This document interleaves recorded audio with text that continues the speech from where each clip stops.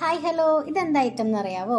ഇത് നമ്മുടെ ചേമ്പാണ് കേട്ടോ. നമ്മൾ കറി വയ്ക്കുകയും പുഴുങ്ങുകയും ഒക്കെ ചെയ്യുന്ന നമ്മുടെ സാധാ ചേമ്പാണിത്. അതൊന്ന് തൊലി കളഞ്ഞെടുത്തിരിക്കുന്നതാണ്.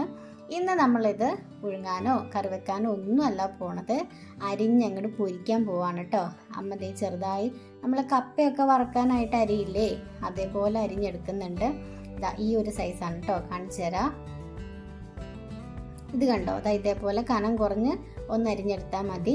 ഇനി നമുക്കിത് നല്ല തിളച്ച എണ്ണയിലെടുത്ത് വറുത്ത് കോരിയെടുക്കാം കേട്ടോ. നമ്മുടെ എണ്ണ ദേ തിളച്ച് വരുന്നുണ്ട്. ഇനി അതിലേക്ക് നമ്മൾ അരിഞ്ഞു വെച്ചിരിക്കുന്ന ചേമ്പ് ഇട്ട് കൊടുക്കാം.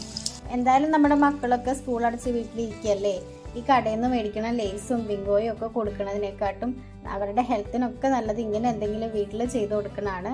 ഇനി നമ്മൾ മാലപ്പടക്കത്തിന് തീ കൊളുത്താൻ പോവാണ് കേട്ടോ. സംഭവം വേറെ ഒന്നുമല്ല, കുറച്ച് ഉപ്പും മഞ്ഞളും വെള്ളത്തിൽ കലക്കി നമ്മൾ തളിച്ചു കൊടുക്കുന്നുണ്ട്. അപ്പോഴാ ടേസ്റ്റ് കറക്റ്റ് ആവുള്ളൂ.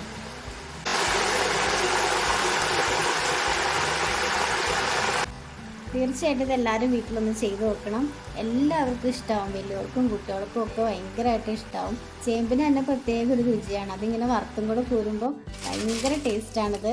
അതുപോലെ നല്ല കറുമുറാന്ന് പറഞ്ഞിരിക്കും. കപ്പ വറുത്തതും ചക്ക വറുത്തതും ഒക്കെ ഇതിൻ്റെ പുറകെ പോകും കേട്ടോ.